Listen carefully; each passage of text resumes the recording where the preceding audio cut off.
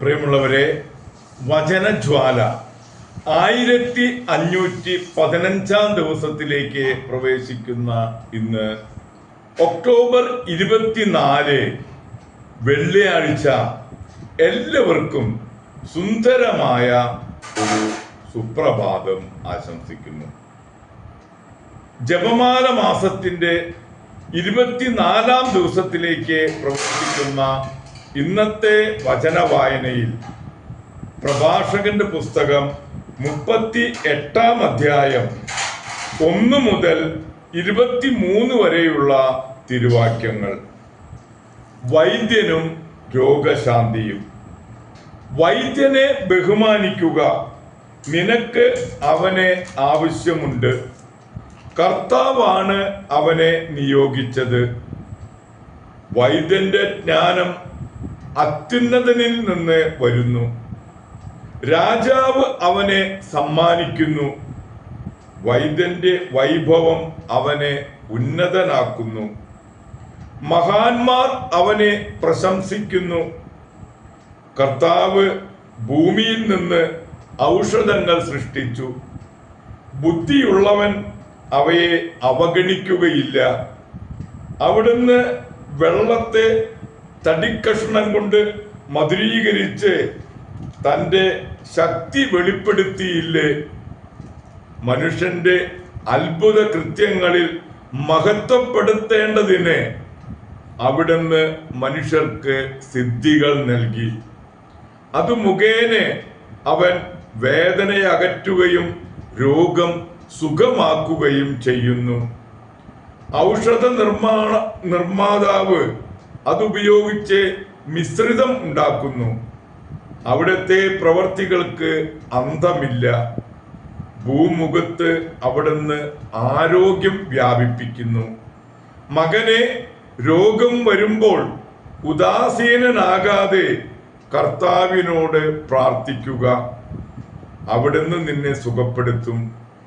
നീ തെറ്റുകൾ തിരുത്തി നേരായ മാർഗത്തിലേക്ക് തിരിയുകയും ഹൃദയത്തിൽ നിന്ന് പാപം കഴുകിക്കളയുകയും ചെയ്യുക. സുരഭില ബലിയും സ്മരണാംശവുമായി നേർത്ത മാവും സമർപ്പിക്കുക.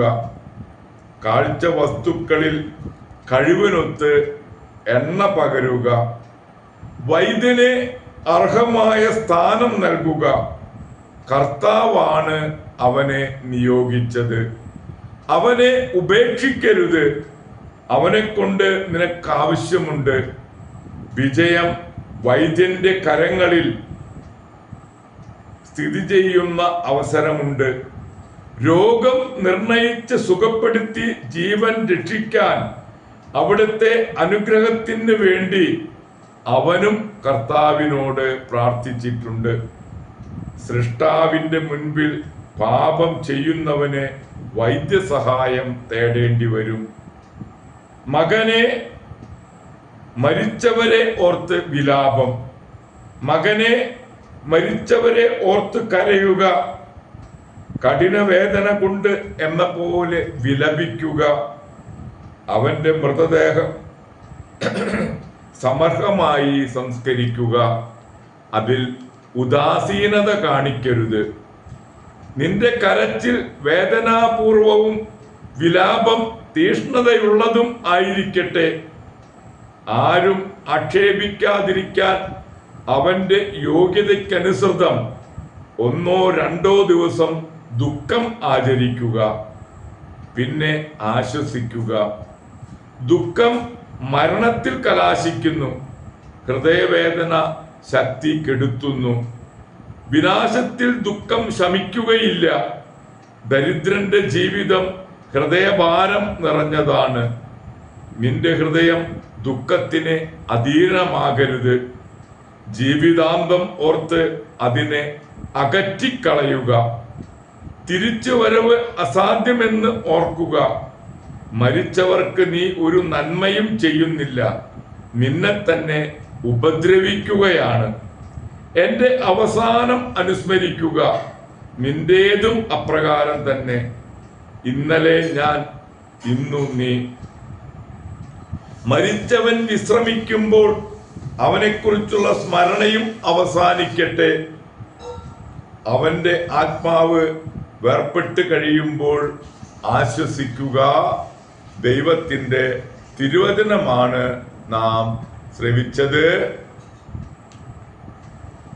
പ്രിയമുള്ളവരെ, ആഗോള കത്തോലിക്ക സഭയിൽ ഇന്ന് മെത്രാനായ വിശുദ്ധ ആന്റണി മേരി ക്ലാരറ്റിനെ അനുസ്മരിക്കുന്ന പൊൻസുദിനം.